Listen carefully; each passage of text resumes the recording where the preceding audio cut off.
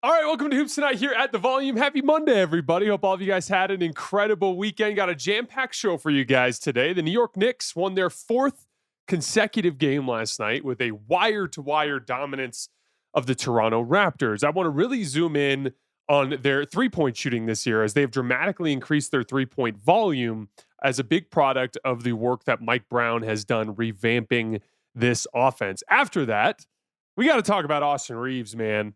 I went through an exercise thinking about how many players in the NBA have played better basketball than Austin Reaves to start the season. And it's a very short list. So I want to talk a little bit about Austin Reaves, his development, the trajectory he's been on, just how insanely good he has been this season. And again, where he would rank in the NBA if you ended the season today. And then at the tail end of the show, like we always do on Mondays, our weekly power rankings. Some new exciting teams that I want to hit in the bottom part of the top 10. That middle chunk of the season or standings is really fascinating. This year's NBA standings picture has looked very different than recent years. We've had a lot more bad teams, like really bad teams at the bottom, but there's this very, very deep middle, a bunch of teams right in that like 12-8 kind of range that are fighting. And so the bottom of our power rankings is going to experience a lot of turnover week to week, but a lot of interesting stuff to get into there. You guys know the drill. Before we get started, subscribe to the Hoops Tonight YouTube channel so you don't miss any more of our videos. Follow me on Twitter at _JasonLT so you guys don't miss show announcements. Don't forget about our podcast feed wherever you get your podcasts under Hoops Tonight. It's also super helpful if you leave a rating and a review on that front. Jackson's doing incredible work on our social media feeds on Twitter, Instagram, Facebook, and TikTok. Make sure you guys keep following us there for content throughout the season. And then we will be back to our normal mailbag routine this Friday. We'll have a mailbag. So if you want to get questions in the mailbags, go to our full episodes on YouTube, go into the comments. Right, mailbag with a colon that helps me find the questions, and we'll get to them on Fridays throughout the remainder of the season. Couple other quick notes. Like this video really helps us. If you could take a second, just a quick scroll down and hit that like button. And our playback schedule for this week, we're going to be hitting a couple games on the Lakers road trip. So on Thursday night in Toronto, and then on Friday night, a really fun one against the Boston Celtics. So Lakers Raptors, Lakers Celtics on Thursday and Friday this week on playback. If you guys want to come hang out, I'm going to reach out to some guys who cover those teams too and see if we can't get someone to come hang out during the stream. All right, let's talk some basketball. So we're going to start with the Knicks. They won their fourth straight game last night. Again, dominating the Toronto Raptors on the tail end of back-to-back. So they were without Jakob Poeltl, but obviously the Knicks without OG Anunoby. I run into this issue every single time I cover a game on here. Everyone's like, well, this guy's out, that guy's out. Just there's people out all the time. That's just the NBA regular season. And so more often than not, these are becoming examples and demonstrations of your team's culture from the top down so that you can maintain some semblance of success with guys in and out of the lineup. And the Knicks came out absolutely guns blazing from three. Deuce McBride has been on a special heater over the last few games. He's 14 for 20 from three over his last three games. Hit four more of them against the Raptors. Got hot in the first half. Josh Hart had one of his best games of the season. Scored 20 points. Hit 4 threes of his own. 12 rebounds, really killed the Raptors on the offensive glass during their third quarter run. That was kind of the story of the game in a lot of ways. The first quarter was Knicks three-point shooting. The third quarter was Knicks offensive rebounding and getting out in transition. And those were the two kind of stretches where they assumed control. And Toronto made a couple of runs. Scotty Barnes got randomly super hot and hit back-to-back-to-back threes in the first half that kind of shrunk the lead. There was another early third quarter run where Emmanuel quickly got super hot, had like an 8-0 run by himself that dragged Toronto closer. But other than that, the Knicks basically completely shut down the Raptors offense. Mikal Bridges did an absolute number on Brandon Ingram. From the opening tip, he got a steal, chasing him over the top of the screen. And all night long, he was fighting him off of spots, fighting him through screens, making his catches tough, attacking his base, attacking his dribble. He looked visibly uncomfortable, had some really ugly misses, had 5 turnovers. And again, in this 4-game winning streak, the Knicks have logged a 106 defensive rating.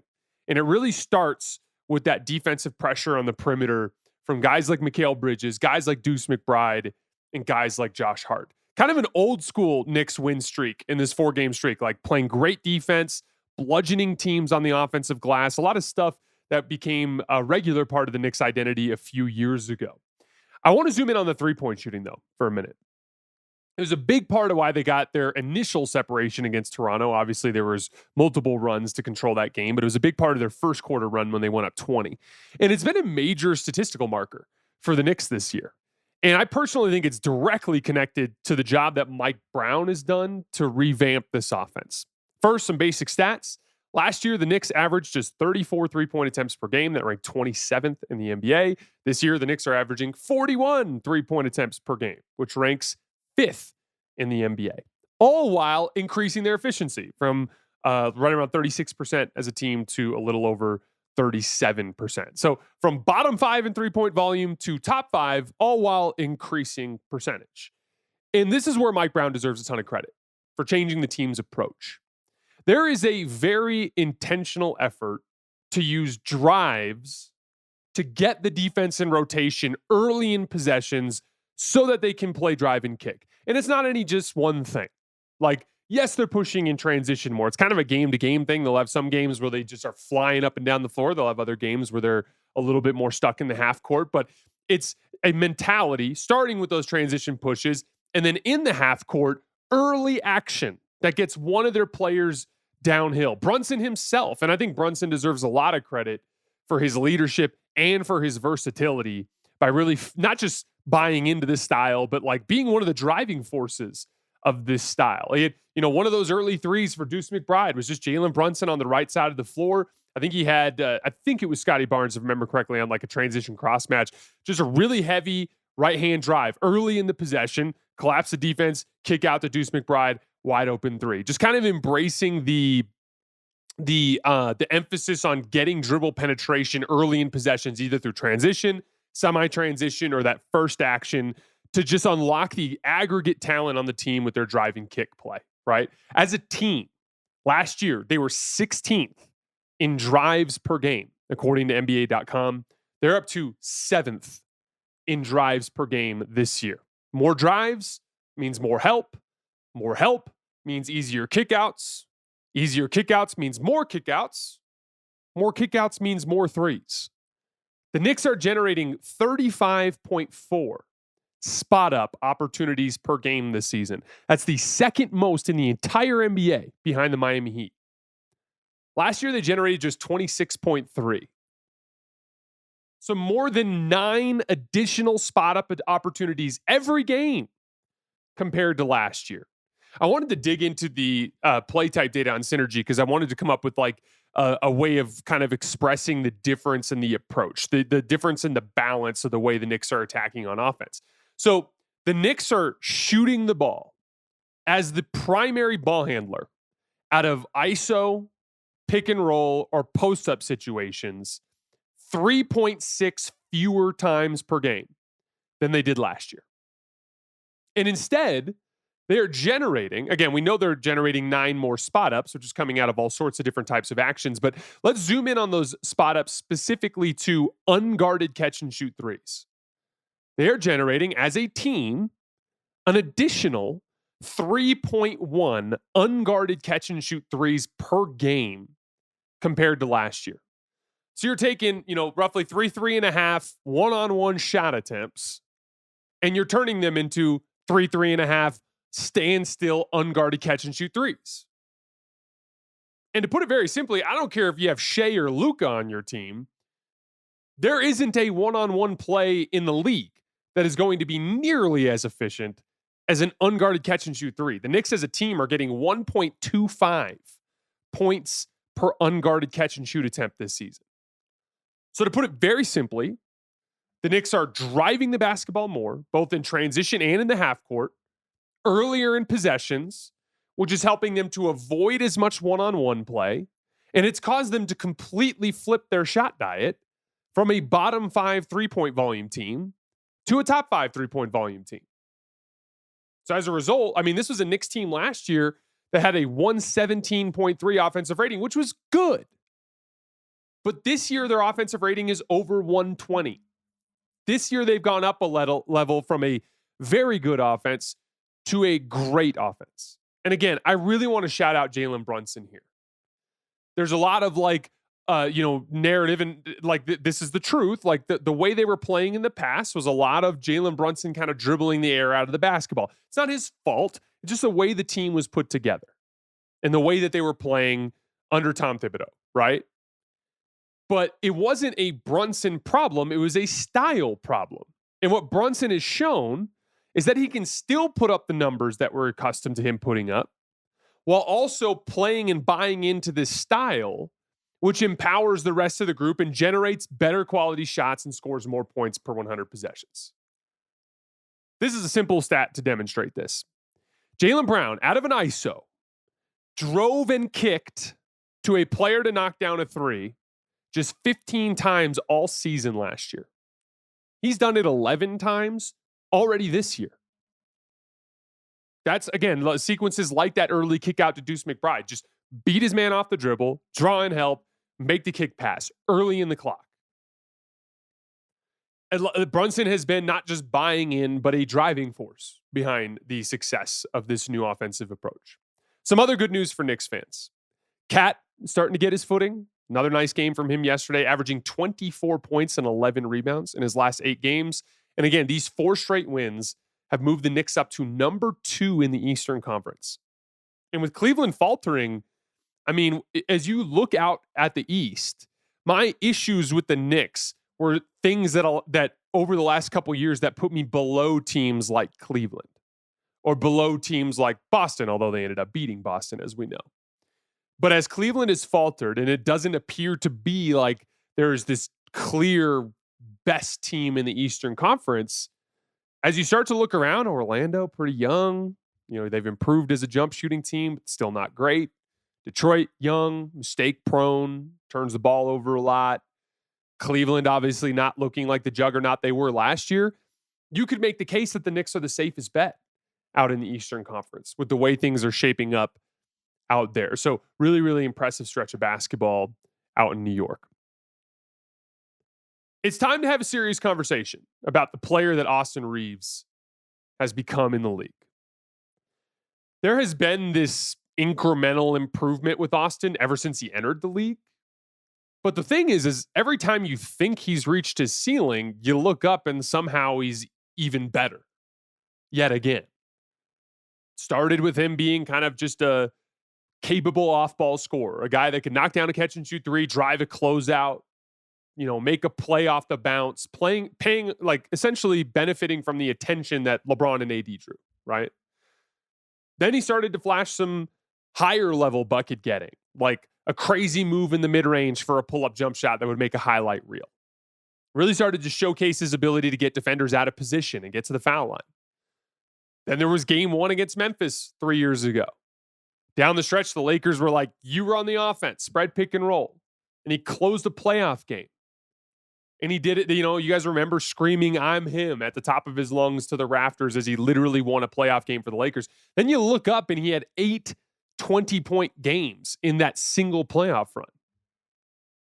Then JJ makes him the starting point guard. And it wasn't perfect at first, but he just kept getting better at it. And then suddenly by the middle of last season, he looks like a bona fide running mate alongside LeBron James. And the Lakers were winning consistently. Then naturally started to get some opportunities to run the show. Whether it was like Luka and LeBron out last year against the Pacers and he goes for 45, 7, and 7 in a win. Or that road game in Denver, which the Lakers ended up losing, but they were right there at the end. 37 points, 8 rebounds, and 13 assists for Austin in that game. But then again, doing it every now and then is, when you're surprising teams and you haven't been scouted really all that well, that's very different from doing it every single night. Austin is a known commodity. People know that he can hoop. There is a game plan. Ball pressure him, right? Try to rush him with physicality and ball pressure, right? Like teams know what to do with him now. And yet this year, regardless of circumstance, night after night, Austin is frying everybody in the NBA. No LeBron and Luka, he's got a 40-point game and a 50-point game this year. Getting wins. Alongside Luka, consistent production. Alongside LeBron and Luka, he's played 4 games with both of them so far this season. How about 29 points per game on 63% from the field, 42% from three, and 92% from the line. This is too large of a sample size for us to ignore anymore. And it's all in a winning context. Last year, over his last 32 regular season games, he averaged a super efficient 23 points per game, and the Lakers went 21-11 in those games. This year, 29 points, 6 rebounds, 7 assists, 68% true shooting for a team that is currently a half game back of the second best record in the NBA. And he's surgically consistent. Guess how many times this year Austin hasn't scored 20 points in 16 tries? Once. The OKC game. Every other game he has at least 20. The shot making is outrageous. 75% at the rim, which is just stupid for a guard of his build.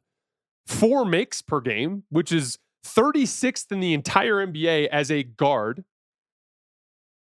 14 for 18 on floaters. One of those was a game winner. And again, as I've talked, one of the most important, pivotal pieces for this Lakers team and their big picture goals are him knocking down unguarded catch and shoot threes. He's been deadly on the catch and shoot threes in the last week. He's up to 46% this season on unguarded catch and shoots, which, as we know, was the major weakness that he showed in the Timberwolves series in particular. And one of the crazy things is he's not just scoring the basketball. He showcased extremely high-level playmaking ability, especially in the games where LeBron is out or Luka as well. He can scale up his shot creation as a passer. He has 3 games this year with at least 11 assists. You know how many players in the NBA this season are averaging at least 28 points per game and at least 6.5 assists? 7 total. Luka, Shea, Giannis, Jokic, your Mount Rushmore of the NBA currently. Cade Cunningham, Tyrese Maxey, and Austin Reaves. That's it. That's the end of the list. And he's doing it next to Luka in lower usage. His play type data is off the charts. There are 22 players in the NBA this year to have run at least 200 pick and rolls, including passes. Austin's getting 1.17 points per possession. That's second in the entire NBA at high volume, even ahead of Luka in efficiency there.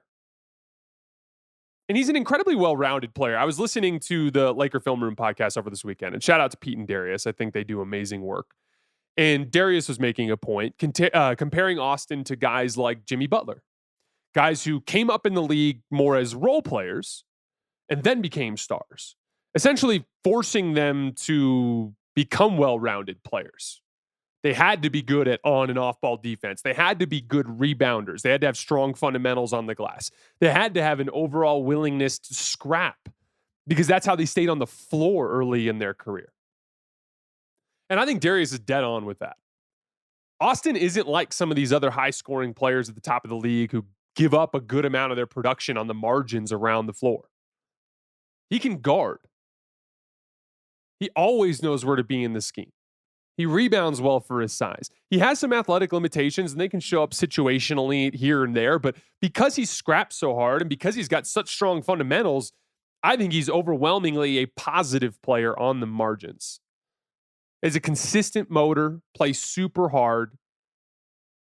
This is very simply one of the best basketball players in the world right now. I was thinking about it this morning. How many players in the NBA are playing better basketball than Austin Reaves right now? So take reputation and set it aside and just zoom in on this season. Everyone's anonymous. Who's playing better basketball than Austin Reaves? The top tier guys, right? Luka, Shea, Jokic, and Giannis. Got to put them up there.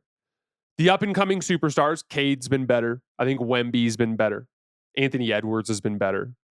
Some of the established guys. Donovan Mitchell has been excellent this season. Steph Curry still with all of the shit happening with Golden State, the Warriors have a 119 offensive rating with Steph Curry on the floor per cleaning the glass. Just insane advantage creation still to this day. After that, though, it's a whole lot of guys that you would only put over Austin due to their reputation. Like, Austin has been flat out better to start this season than guys like Jalen Brunson, Jaylen Brown, James Harden, Devin Booker, Kawhi Leonard. Now, to be clear, that doesn't mean anything with respect to those guys. Those guys have extended track records of success. It's only been 16 games. No one's about to shake up the hierarchy of the league. I'm just saying, Austin has been the 10th best player in the entire NBA this season through 16 games. Now, he'll have to maintain that for years in order to get that established reputation that some of those other guys have. And yeah, if you ask me, like, do I think when we get to June that I'm going to view Austin as the 10th best player in the NBA? Probably not. I think he's going to land somewhere below that, probably somewhere in that 12 to 20 range, right? Depending on how well he's able to maintain this level of play.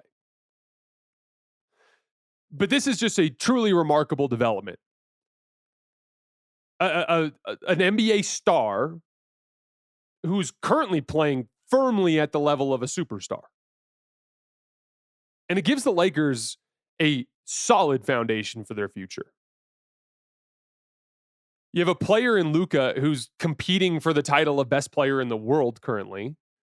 And now you have a bona fide all-NBA caliber running mate that complements him perfectly. Now, I'll admit, part of me is a bit scarred by the Minnesota series. Austin wasn't good in that series. It was a big part of how the Lakers ended up getting dominated the way they did. And ultimately, Austin will have to carry that with him until he can get another shot in this year's postseason.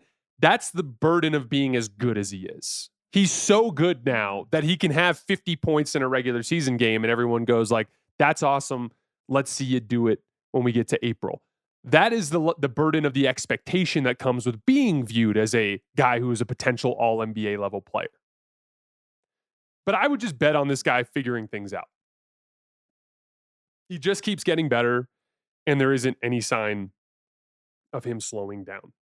All right, let's get into our power rankings. And again, all of our lines here, our championship lines, are provided by Hard Rock Bet. Today's show is brought to you by our new presenting sponsor, Hard Rock Bet.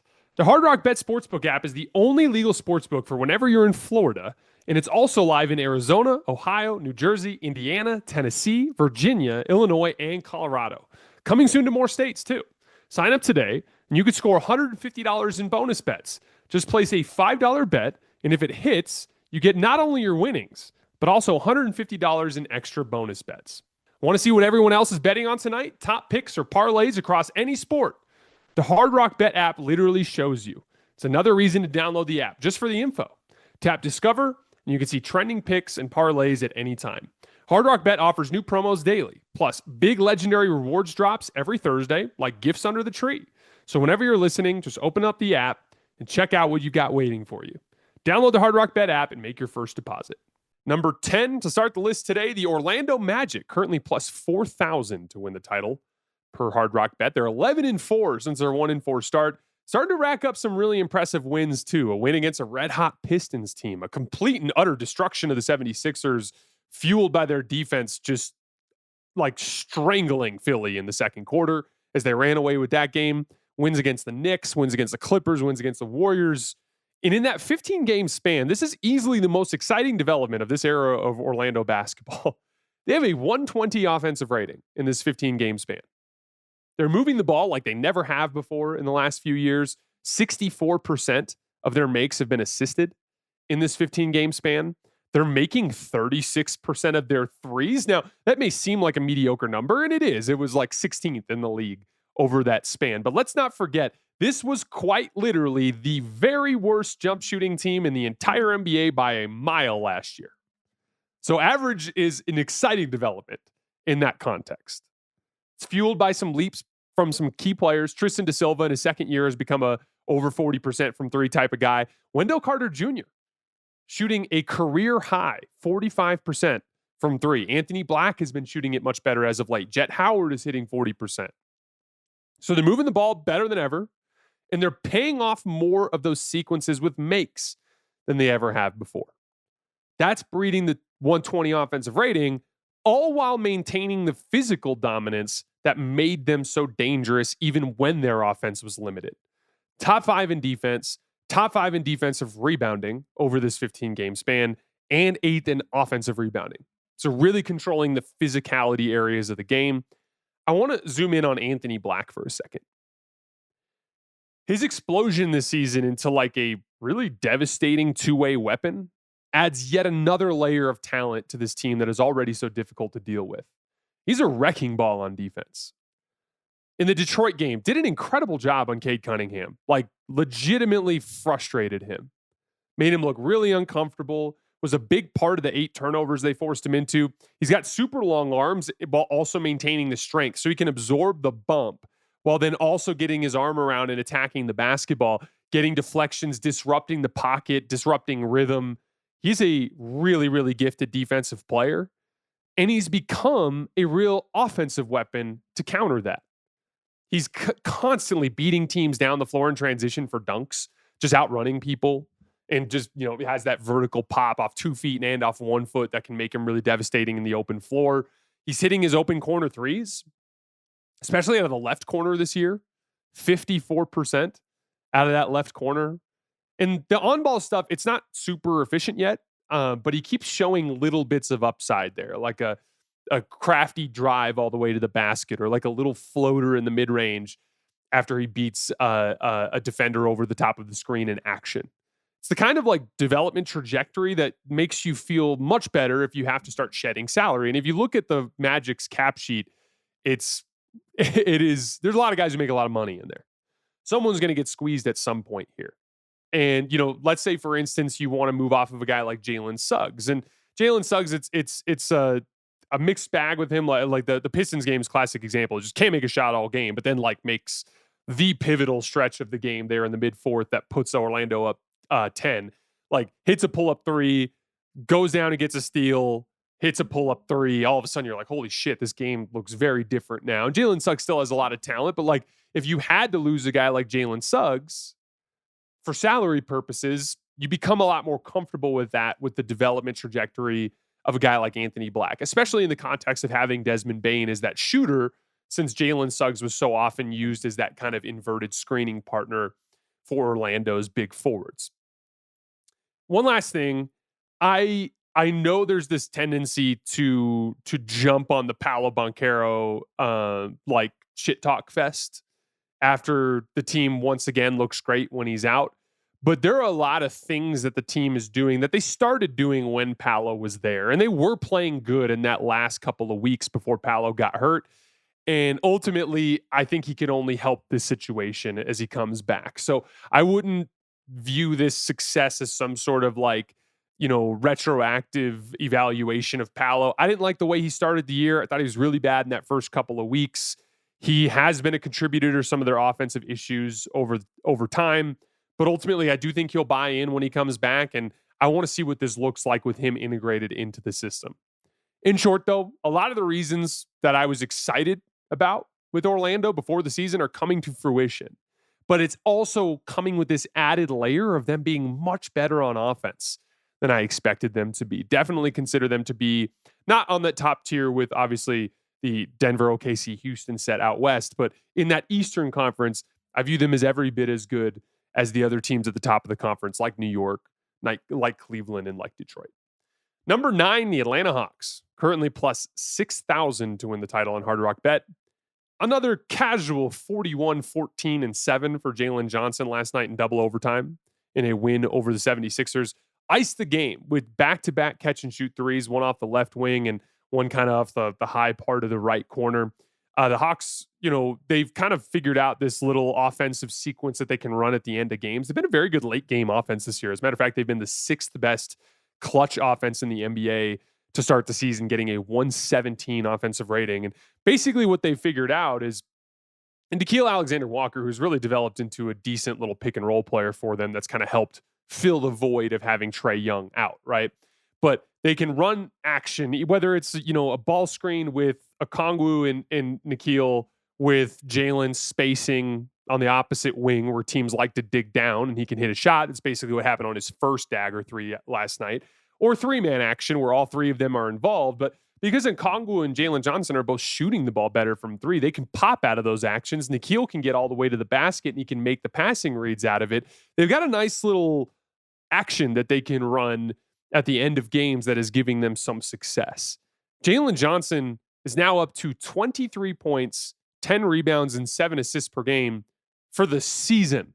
It's not a short run. That's the entire season. 54% from the field, 40% from three, 63% true shooting. The team is defending well, continuing to force turnovers and get out in transition. And as we mentioned, they have a little bit of a half-court set that they can get into to give them some high floor on the offensive end of the floor.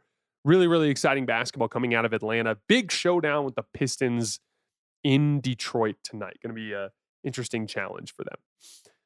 Number 8, the Boston Celtics. Currently plus 7,500 to win the title on Hard Rock Bet. They are 7-3 in their last 10 games. Some big wins. Wins against the Cavs, wins against the Pistons, 2 against the Orlando Magic in that span. And the story has been offense. They have a 122 offensive rating in those 10 games. Third best mark in the entire NBA over that 10-game span. Jalen Brown has been fantastic, fueled by a deadly mid-range pull-up. He's making a league best 3 mid-range jump shots per game to start the season. This was actually really surprising to me, because we think of Shea and KD as the guys that are typically at the top of this list, but Jalen's the only player in the NBA this year to be making at least 2 mid-range jump shots per game and shooting over 50% on them. He's at 51.7%. I was surprised. Shea's only at 49% from mid-range, and Kevin Durant is at 47% from mid-range, according to NBA.com's tracking data. So both down a little bit from where they usually are, but Jalen Brown, number 1 on that list. He's getting to the rim more often than he did last year and hitting a higher percentage. I think he's up from about 4 rim attempts makes per game to 4.5. And he's up over 60% at the rim this year when he was below 60% last year. We were wondering what it would look like with Jalen Brown moving to the top of the scouting report. And how about over 28 points per game on 58% true shooting? Some really, really impressive stuff from Jalen Brown. Derek White and Peyton Pritchard have both found a nice groove. Peyton Pritchard was the hero yesterday in the win in Cleveland, 42 points. And then Derek was the hero in the Pistons game at a massive second half, had like 14, something like that in the third quarter, hit a bunch of pull-up threes, and then hit a couple of huge threes late in the game that ended icing that one in crunch time. Again, like Derek White loves those little kind of switch interchange threes, right? So like he comes off of like a guard screen or any type of screen, and as the team is switching, there's like this gap, right? As the on-ball defender kind of drops back to try to get inside position to avoid any sort of issue with the slip, and then the screening defender closes out to the shooter. And there's a gap in that interchange. And Derek White loves taking that pull-up 3 right in that gap. Hit a bunch of those in the Pistons game as he's really started to find a groove. We also had one of Baylor Shireman's best games as a pro in the Pistons game in particular. He's scoring out of the corner, hitting catch and shoot threes, driving closeouts, hit a nice little turnaround over his left shoulder when he got cut off on a drive in there. Celtics are really starting to reach a nice groove on the offensive end of the floor. Nothing dramatically impressive on the margins. They're a little bit better in their defensive rebounding than they were to start the season. It's not like they're winning games with defense, though, or winning games on the glass. They're just running extremely high-level offense and starting to convert some of these clutch games into wins that they were dropping early in the season. The Celtics are playing some really good basketball. Number 7, the Denver Nuggets. Currently plus 500 to win the title on Hard Rock Bet. They're just 4-3 in their last 7 games. Dropped another really frustrating one against the Spurs in a game where they really struggled to deal with San Antonio's guards, handling the dribble penetration from De'Aaron Fox, who picked them apart as a passer in that game. And then Devin Vassell, who burned them all night long with those wing threes off the catch, kept like igniting these quick burst runs by just hitting a couple of them and burned them late in the game with a couple more that ended up giving San Antonio a 6-point lead late that they did not give up. Big win for San Antonio, but Denver has a 122.4 defensive rating in that 7-game span, really starting to feel the loss of Aaron Gordon and Christian Brown on the defensive end of the floor. And, I think they're capable of defending better than they have been with the guys that are stepping into those spots. It's a team-wide little bit of slippage there compared to where they were to start the season. On the bright side, though, Nikola Jokic and Jamal Murray continue to look literally as good as they've ever been. Jamal Murray's been on an absolute heater as of late. And then Cam Johnson, like over the last couple of weeks, he's been a dependably good scorer for them. Has really found a groove, especially as a 3-point shooter, just really confidently stepping into that 3-point shot. He's been hitting like well over half of them over the course of the last couple of weeks. And that's, again, the bright spot. If you're looking at a statistical marker that shows that Denver's upside is still there, they have a 126 offensive rating in that 7-game span, despite them going just 4-3. So again, figure out a way to get some more stops, and they'll be in much better shape. Number 6, the San Antonio Spurs, currently plus 5,000 to win the title, according to Hard Rock Bet. As before mentioned, the incredible game from Devin Vassell to beat Denver. But I want to zoom in on De'Aaron Fox here for a minute. So Wemby goes down 7 games ago. Steph Castle goes down 6 games ago. And in that 7-game span, the Spurs are 5-2. And De'Aaron Fox is the biggest reason why. He's averaging 26 points and 7 assists from 49% from the field and 39% from 3 in that 7-game span. And he is just killing teams with his dribble penetration. I always think he's been a little bit of an underrated passer. He's very good at reading that low man and making the skip pass, which is like that pass that is like there for the taking for most NBA passers, but just a lot of guys don't see it, or they're athletically incapable of making the pass. But if you can skip the ball against an engaged low man, you can generate some really high level closeout opportunities, which are either going to give you wide open catch and shoot threes or opportunities for guys to drive closeouts. The driving of those closeouts can even further compromise the defense. You can get all sorts of really good stuff out of those, right? But you have to have a guard who can drive the basketball well enough to effectively engage the low man, or shoot the ball well enough to effectively bring the big up to the level, which then engages the low man, right? Some sort of scoring dynamic in pick and roll that will bring that third defender over, but also have the ability to make the kick out passes that get the defense in rotation. De'Aaron Fox has run 170 pick and rolls this year, including passes, and he's generating 197 points in those 170 pick and rolls. That's 1.16 points per possession. That's extremely good. Devin Vassell has been fantastic. Keldon Johnson has been excellent in this run as well. They continue to be just very athletically imposing. Like, they can be very good defensively when they need to, because they can just ratchet up with their physicality on the perimeter. That's helped them win a couple of close games in this stretch. They're doing damage in transition. Luke Cornett is back and playing extremely well. Really just a super impressive stretch of basketball, considering the injuries from the San Antonio Spurs. And I will freely admit, we're going to do an episode at some point over the course of the next couple of weeks where I kind of look at all of my preseason predictions. And there are things that I've been dead on right about. There have been things that I've been extremely wrong about. And I will freely admit I was wrong about this Spurs team before the season. I really underestimated the talent on this roster. A couple of key leaps from a couple of key younger guys getting this level of play out of De'Aaron Fox. How good Victor Wembanyama looked before he got hurt. How wonderful the Luke Cornett fit has been. The contributions from key role players like Julian Champagnie and Harrison Barnes. This is a very good basketball team. And I mean, if they're going to go 5-2 with Wemby and Steph Castle down, we would all be foolish to think that they're just going to suddenly dip down into being a 500 basketball team at some point. They look like one of those established perennial contenders out in the West already. I was wrong about the Spurs coming into this season. Number 5, the New York Knicks, currently plus 1750 to win the title on Hard Rock Bet. Not going to spend too much time here because we just had a Knicks segment earlier in the show. So if you want to hear more Knicks, just go to our full episode on YouTube, and it's actually our opening segment in this one. But the Knicks have won 4 in a row. The offenses looked fantastic. They're generating way more threes this year with an emphasis on driving the ball early in possessions, transition, semi-transition, that first action, starting those drive and kick sequences to unlock their drive and kick talent, of which they have plenty on the roster. Mikal Bridges has spearheaded an impressive stretch of defense in that span as well, guarding the ball. Again, if you want to hear more Knicks, go earlier in the episode. Number 4, the Detroit Pistons, currently plus 2,500 to win the title on Hard Rock Bet. A couple of tough losses to the Celtics and the Magic. Turnovers and points allowed off of turnovers were the real issues in both of those games. Boston also had some success attacking Duncan Robinson in action late in that game, just something to keep an eye on as they get into some potential playoff circumstances. But a really nice bounce back win in Miami against the Heat. Similarly, doing some damage attacking Tyler Herro in action. I've watched a lot of Pistons in the last week as their schedule has gotten tougher, and I've landed on them being completely legit as one of the top tier teams in the East. Again, none of those teams I view in the same tier as Denver, Houston, OKC, but in that group there at the top of the East, Orlando, New York, Cleveland. To me, Detroit is right up there with them.